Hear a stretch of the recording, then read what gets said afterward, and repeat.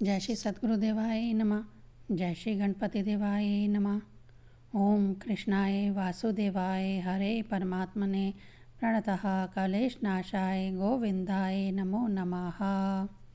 श्रीमद्भागवत महापुराण दशम स्कंद 5वां अध्याय। गोकुल में भगवान का जन्म महोत्सव। श्री सुखदेव जी कहते हैं, परीक्षित, नंद बाबा बड़े मनस्वी और उदार थे। पुत्र का जन्म होने पर तो उनका हृदय विलक्षण आनंद से भर गया। उन्होंने स्नान किया और पवित्र होकर सुंदर सुंदर वस्त्र आभूषण धारण किए।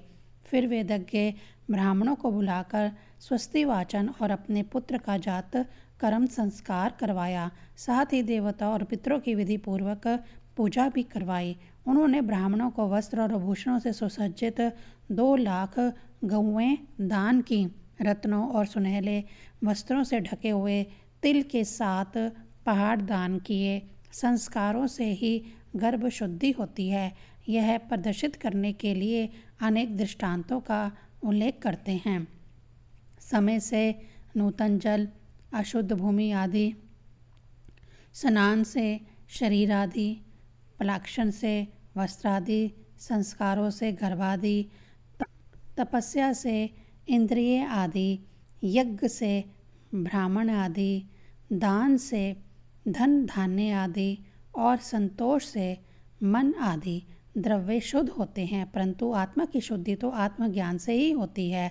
उस समय ब्राह्मण, सूत, मागध और वंदीजन मंगलमय आशीर्वाद देने तथा स्तुति करने लगे। गायक गाने लगे, भेरी और दुदुम्बियाँ बार बार बजने लगी। ब्रजमंडल की सभी घरों के द्वार, आंगन और भीतरी भाग झाड़ बुहार दिए गए। उनमें सुगंधित जल का छिड़काव किया गया। उन्हें चित्र विचित्र ध्वजा, पताका, पुष्पों की मालाओं, रंग बिरंगे वस्त्रों और पल्लवों के वंदनवारों से सजाया गया। गाय, बैल और बछड़ों के अंगों में हल्दी तेल का लेप कर दिया गया और उन्हें गेरू आदि रंगीन धातुएं, मोर पंख, फूलों के हार, तरह तरह के सुंदर वस्त्र और सोने की जंजीरों से सजाया दिया गया। परीक्षित सभी ग्वाल बहुमूल्य वस्त्र, गहने, अंगरखे और पगड़ियों से सुसज्जित होकर और अपने हाथों में भेंट की बहुत सी सामग्रियां ले लेकर नंद बाबा के घर आए। यशोदा जी के पुत्र हुआ है, यह सुनकर गोपियों को भी बड़ा आनंद हुआ। उन्होंने सुंदर सुंदर वस्त्र, आभूषण और अंजन आदि से अपना श्रृंगार किया। गोपियों के मुख कमल बड़े ही सुंदर जान पड़ते थे। उन पर लगी हुई कुमकुम ऐसे लगती मानो कमल की केसर हो। उनके नितंब बड़े बड़े थे। वे भेंट की सामग्री ले लेकर जल्दी जल्दी यशोदा जी के पास चली। उस समय उनके पयोधर हिल रहे थे। गोपियों के कानों में चमकती हुई मणियों की कुंडल झिलमिला रहे थे। गले में सोने के हार जगमगा रहे थे। वे बड़े सुंदर सुंदर रंग बिरंगे वस्त्र पहने हुए थी। मार्ग में उनकी चोटियों में गुथे हुए फूल बरसते जा रहे थे। हाथों में जड़ाऊ कंगन अलग से चमक रहे थे। उनके कानों के कुंडल, पयोधर और हार हिलते जाते थे। इस प्रकार नंद बाबा के घर जाते समय उनकी शोभा बड़ी अनूठी जान पड़ती थी। नंद बाबा के घर जाकर वे नवजात शिशु को आशीर्वाद देती, यह चिरंजीव हो, भगवान इसकी रक्षा करो, और लोगों पर हल्दी तेल से मिला हुआ पानी छिड़क देती तथा ऊंचे स्वर से मंगलगान करती थी। भगवान श्री कृष्ण समस्त जगत के एकमात्र स्वामी हैं। उनके ऐश्वर्य, माधुर्य, वात्सल्य सभी अनंत है।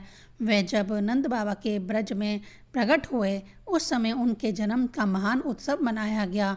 उसमें बड़े बड़े विचित्र और मंगलमय बाजे बजाए जाने लगे। आनंद से मतवाले होकर गोपगण एक दूसरे पर दही, दूध, घी और पानी उड़ेलने लगे। एक दूसरे के मुंह पर मक्खन मलने लगे और मक्खन फेंक फेंक कर आनंद उत्सव मनाने लगे। नंद बाबा स्वभाव से ही परम उदार और मनस्वी थे। उन्होंने गोपों को बहुत से वस्त्र, आभूषण और गौएं दी।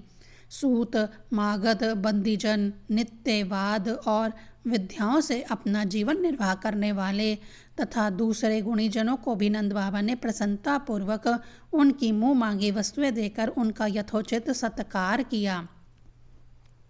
यह सब करने में उनका उद्देश्य यही था कि इन कर्मों से भगवान विष्णु प्रसन्न हो और मेरे इस नवजात शिशु का मंगल हो। नंद बाबा के अभिनंदन करने पर परम सौभाग्यवती रोहिणी जी दिव्य वस्त्र, माला और गले के भांति भांति के गहनों से सुसज्जित होकर गृह स्वामिनी की भांति आने जाने वाली स्त्रियों का सत्कार करती हुई विचर रही थी। परीक्षित उसी दिन से नंद बाबा के ब्रज में सब प्रकार की सिद्धियां, रिद्धियां, अटखेलियां करने लगी और भगवान श्री कृष्ण के निवास तथा अपने स्वाभाविक गुणों के कारण वह लक्ष्मी जी का क्रीड़ा स्थल बन गया। परीक्षित, कुछ दिनों के बाद नंद बाबा के ने गोकुल की रक्षा का भार तो दूसरे गोपों को सौंप दिया और वह स्वयं कंस का वार्षिक कर चुकाने के लिए मथुरा चले गए। जब वासुदेव जी को यह मालूम हुआ कि हमारे भाई नंद जी मथुरा में आए हैं और राजा कंस को उसका कर भी दे चुके हैं, तब वे जहाँ नंद बाबा ठहरे हुए थे वहाँ गए। वासुदेव जी को देखते ही नंद जी सहसा उठकर खड़े हो गए, मानो मृतक शरीर में प्राण आ गया हो। उन्होंने बड़े प्रेम से अपने प्रीतम वासुदेव जी को दोनों हाथों से पकड़कर हृदय में लगा लिया। नंद बाबा उस समय प्रेम से विहल हो रहे थे। परीक्षित, नंद बाबा ने वासुदेव जी का बड़ा स्वागत सत्कार किया। वह आदरपूर्वक आराम से बैठ गए। उस समय उनका चित्त अपने पुत्रों में लगा रहा था। वह नंद बाबा से कुशल मंगल पूछकर कहने लगे। वासुदेव जी ने कहा, भाई तुम्हारी अवस्था ढल चुकी है और अब तक तुम्हें कोई संतान नहीं हुई थी, यहाँ तक कि अब तुम्हें संतान की कोई आशा भी ना थी। यह बड़े सौभाग्य की बात है, अब तुम्हें संतान प्राप्त हो गई है। यह भी बड़े आनंद का विषय है कि आज हम लोगों का मिलना हो गया। अपने प्रेमियों का मिलना भी बड़ा दुर्लभ है। इस संसार का चक्र ही ऐसा है, इसे तो एक प्रकार का पुनर्जन्म ही समझना चाहिए। जैसे नदी के प्रबल प्रवाह में बहते हुए बेड़े और तिनके सदा एक साथ नहीं रह सकते, वैसे ही सगे संबंधी और प्रेमियों का भी एक स्थान पर रहना संभव नहीं है। यद्यपि वह सबको प्रिय लगता है, क्योंकि सबके प्रारब्ध कर्म अलग अलग होते हैं। आजकल तुम जिस महावन में अपने भाई बंधु और स्वजनों के साथ रहते हो, उसमें जल, घास और लता पत्र आदि तो भरे पूरे हैं ना। वह वन पशुओं के लिए अनुकूल और सब प्रकार के रोगों से तो बचा है। भाई, मेरा लड़का अपनी माँ रोहिणी के साथ तुम्हारे ब्रज में रहता है। उसका लालन पालन तुम और यशोदा करते हो, इसीलिए वह तो तुम्ही को अपने पिता माता मानता होगा। वह अच्छी तरह है ना। मनुष्य के लिए तो वे ही धर्म, अर्थ और काम शास्त्र विहित है, जिनसे उनके स्वजनों को सुख मिले। जिनसे केवल अपनों को ही सुख मिलता है किंतु अपने स्वजनों को दुख मिलता है, वह धर्म, अर्थ और काम हितकारी नहीं है। नंद बाबा ने कहा, भाई वासुदेव, कंस ने देवकी के गर्भ से उत्पन्न तुम्हारे कई पुत्र मार डाले। अंत में एक सबसे छोटी कन्या बच रही थी, वह भी स्वर्ग से हार गई।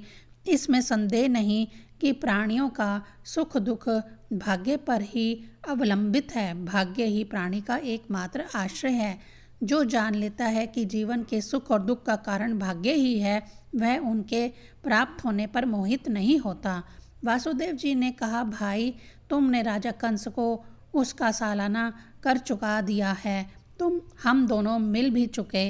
अब तुम्हें यहाँ अधिक दिन नहीं ठहरना चाहिए, क्योंकि आजकल गोकुल में बड़े बड़े उत्पात हो रहे हैं। श्री सुखदेव जी कहते हैं, परीक्षित, जब वासुदेव जी ने इस प्रकार कहा तब नंद आदि गोपों ने उनसे अनुमति ली। बैलों से जुते हुए छकड़ों पर सवार होकर गोकुल की यात्रा की। 5वां अध्याय संपूर्ण। ओम नमो भगवते वासुदेवाय नमः।